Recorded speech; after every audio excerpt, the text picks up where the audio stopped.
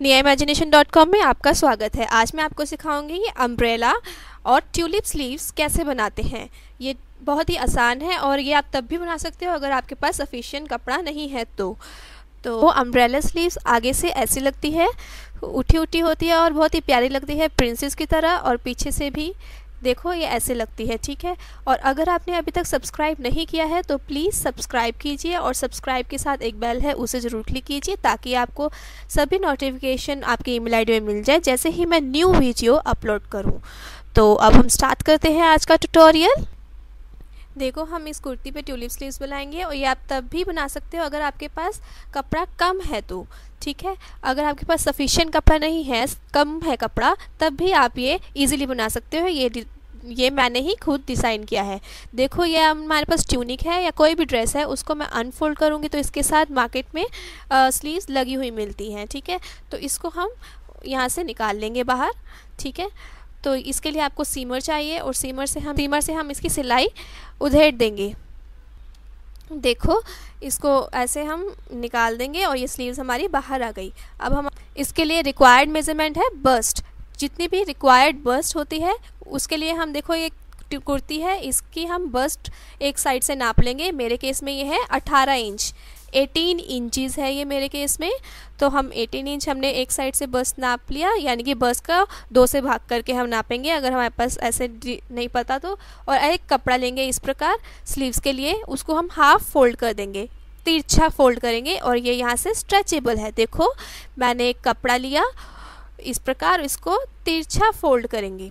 तिरछा फोल्ड करने के बाद यहाँ से ये डायगोनल है, ज़्यादा लंबा है और तिरछा है, स्ट्रेचेबल भी है, तो यहाँ से हम इसको मार्किंग करेंगे। ठीक है, और देखो टोटल डायगोनली इसकी लेंथ है, लंबाई है 20 इंच। तो ये ठीक है मेरे लिए, क्योंकि हमने बस्ट नापी थी, मेरे केस में ये थी 18 इंच। तो हमें टोटल लेंथ वाइज इस प्रकार हमें स्ट्रेचेबल साइड से कपड़ा चाहिए होगा 18 इंच या फिर 18 इंच से ज़्यादा प्लस। ठीक है, तो देखो हम न्यूज़पेपर में सबसे पहले ड्राफ्ट करेंगे। इस प्रकार इसको मैंने डायगोनल वाले हिस्से को इस तरफ रख के निशान लगा दिया।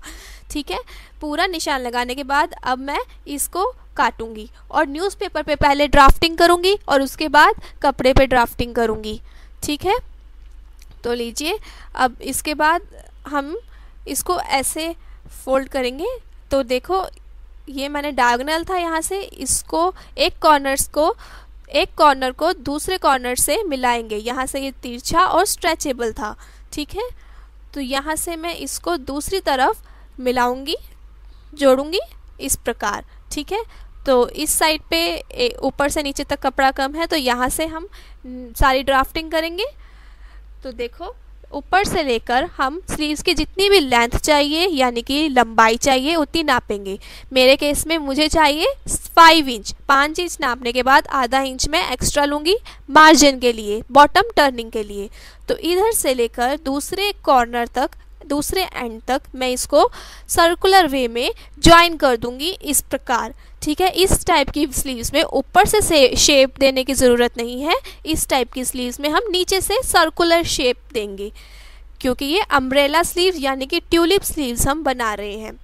ठीक है, और आधा इंच का मार्जिन छोड़ते हुए हमने एक और निशान लगाकर काट दिया। देखो, अब मैं काट रही हूँ और इस प्रकार काटने के बाद हम कपड़े को भी ऐसे फोल्ड करेंगे। देखो, ऐसे था ये, एक बार फोल्ड, अब इसको एक बार यहाँ से फोल्ड करेंगे इस प्रकार और इसके ऊपर मैं ड्राफ्ट रखूँगी और निशान लगाऊंगी। निशान लगाने के बाद मैं कट करूँगी। देखो, अब हम कट कर रहे हैं तो हमारे पास 2 स्लीव्स आ जाएंगी। ठीक है, तो हमारे पास 2 स्लीव्स आ गई हैं, अम्ब्रेला स्लीव्स। अब हम इसको सिलेंगे। ठीक है, और इसको हम सबसे पहले बॉटम टर्निंग करेंगे, यानी कि जहाँ से ये राउंड है, नीचे से गोला है, वहाँ से हम इसको गलत साइड लेंगे इसकी, और तो एक बार इसको मोड़ के एक बार और मोड़कर इसकी बॉटम टर्निंग करेंगे। सिलाई मशीन पर जाके एक साइड से स्टार्ट होंगे दूसरी साइड तक। ऐसा ही हम दोनों स्लीव्स के साथ करेंगे। देखो, अब मैं बॉटम टर्निंग कर रही हूँ तो इसके लिए एक बार मोड़ा इसको और एक बार और मोड़ा और आपकी स्लीव्स की बॉटम टर्निंग करेंगे, अम्ब्रेला स्लीव्स की। जहाँ से राउंडेड काटी थी हमने वहाँ से बॉटम टर्निंग करेंगे। इस प्रकार देखो मैं कर रही हूँ। और देखो यहाँ पे जिधर राउंड आ रहा है उस साइड पे शायद आपको प्लीट्स बनानी पड़े, तो थोड़ी प्लीट्स देनी पड़ेंगी। और इस प्रकार हम अंत तक इसको सिल लेंगे। एक बार इसको ऐसे मोड़ के, एक बार और मोड़ के पूरा लास्ट तक स्टिच कर लेंगे। देखो अब हम बॉटम टर्निंग कर ली है। अब स्लीव्स के साथ जोड़ने के लिए इसका जो बाजू वाला हिस्सा है नीचे से साइड्स से हमें 1 इंच तक खोलना पड़ेगा साइड से, क्योंकि इसके अंदर पाइपिंग लगी हुई है और मुझे वो बहुत पसंद है और पाइपिंग मैं वेस्ट नहीं करना चाहती, दिखाना चाहती हूँ। तो ये अलग तरीका है इसको सिलने का। तो साइड से इसकी सीम खोल ली, ठीक है। शोल्डर के साइड से हमने 1 इंच तक की स्लीव्स खोल ली सीमर की सहायता से। और ऐसा ही हम दूसरी तरफ भी कर लेंगे। और अब हम इसको सीधा कर लेंगे कपड़े को, ठीक है। ये मेरी सीधी साइड है ट्यूनिक की। आप यही बाजू किसी भी ड्रेस में लगा सकते हो, ठीक है। तो अब ये सीधी साइड मैंने ट्यूनिक की ली और सीधी साइड मैंने ली अपनी स्लीव्स की। अब स्लीव्स को बीच में से निशान लगाएंगे, आधा फोल्ड करके बिल्कुल सेंटर पॉइंट निशान लगाया। और बाजू का ये जो कपड़ा है ट्यूनिक का, इसका सेंटर पॉइंट जहाँ पे शोल्डर ज्वाइन होता है वो होता है, ठीक है। यहाँ से शोल्डर ज्वाइन हो रहा है ऊपर, तो इस पे मैं निशान लगा लूँगी। दोनों के सेंटर पॉइंट्स को आपस में मिलाऊंगी। देखो एक दूसरे के ऊपर रखा मैंने इसका सेंटर पॉइंट और ट्यूनिक का, अपने ड्रेस का सेंटर पॉइंट एक दूसरे के ऊपर रख के हम इसको पिन अप कर लेंगे, ठीक है। और ये मेरे को आधा इंच अंदर रखना है मार्जिन के तौर पर। आधा इंच अंदर को करके कपड़े को फिर मैं इसको पिन अप करूँगी, ठीक है, क्योंकि हम इसके ऊपर सिलाई करेंगे। आधा इंच से थोड़ा ज़्यादा भी रख सकते हो। इस प्रकार इसको लास्ट तक ज्वाइन करती जाऊंगी ताकि मुझे पता चल जाए कि कहाँ तक इसका एंड हो रहा है। इधर सेंटर पॉइंट से स्टार्ट होकर इसके लास्ट तक मैंने इस स्लीव्स को ज्वाइन कर लिया। तो यहाँ से अब हम सिलेंगे इसकी बाजू, जहाँ पे भी इसकी ऑलरेडी सिलाई हो रही है क्योंकि इसमें पाइपिंग लगी है। अगर आपके केस में पाइपिंग नहीं लगी तो भी आप ऐसे सिल सकते हो। इस प्रकार हम इसको लास्ट तक सिल लेंगे, थोड़ा सा मार्जिन छोड़ते हुए सिलाई के ऊपर ऊपर सिलाई करेंगे।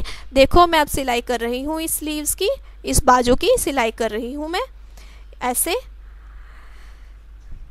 स्लीव्स का कपड़ा अंदर की तरफ रखते हुए इस प्रकार सिलेंगे, ठीक है। और ये मैंने अब पिन हटा दी और इस प्रकार इसको लास्ट तक, अंत तक सिल लेंगे, ठीक है।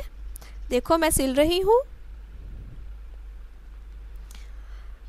और ये आप ये स्लीव्स का ड्राफ्ट फ्री में देखने के लिए, फ्री ड्राफ्ट्स के लिए मेरी वेबसाइट पे जा सकते हैं niaimagination.com। इसका लिंक डिस्क्रिप्शन बॉक्स में भी प्रोवाइड किया गया है, क्योंकि वहाँ पर मैं ये सभी ड्राफ्ट्स अपलोड करती हूँ और आपको इजी होता है ड्राफ्ट्स देखकर सीखना, ठीक है। आप मेरी वेबसाइट को भी सब्सक्राइब कर सकते हैं niaimagination.com। तब देखो मैं इसको लास्ट तक सिल रही हूँ।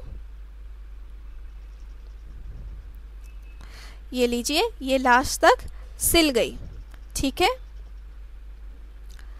और अब हमारी ये स्लीव्स लग गई हैं। इसकी अब हमने क्या करनी है, साइड्स को सिलना है। याद रहे साइड से हमने बाजू निकाली थी। देखो ये प्यारी सी अम्ब्रेला स्लीव्स तैयार है, ठीक है। तो अब हमने साइड टर्निंग करनी है। याद रहे साइड से हमने यहाँ से बाजू निकाली थी और यहाँ से अब ये खुल गया है, तो इधर दोबारा सिलना ज़रूरी है, नहीं तो ये साइड से खुला रहेगा, ठीक है। तो हम एक साइड से स्लीव्स जहाँ पे अंत हो रही हैं वहाँ से उस कॉर्नर से स्टार्ट होंगे और इसको साइड से नीचे तक लास्ट तक सिल लेंगे, क्योंकि इन कुर्तीज़ को लास्ट तक सिलना अच्छा होता है ताकि बाद में ये खुले ना, ठीक है। यहाँ से स्टार्ट होंगे और साइड्स तक, पूरी साइड से इसकी स्टिच कर लेंगे अंत तक। इसी प्रकार आप दूसरी वाली बाजू भी सिलाई करेंगे, ठीक है। ये देखो मैं लास्ट तक सिल लिया है ऑलमोस्ट। लीजिए अब मेरी अम्ब्रेला का ट्यूलिप स्लीव्स तैयार हैं। और देखो पीछे से ये बहुत प्यारी लगती हैं, फुली फुली सी प्रिंसेस शेप देती हैं, ठीक है।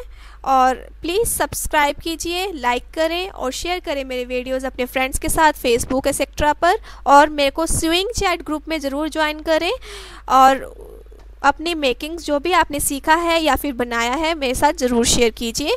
सिलाई आसानी से सीखने के लिए niaimagination.com ज़रूर सब्सक्राइब कीजिए। Thank you.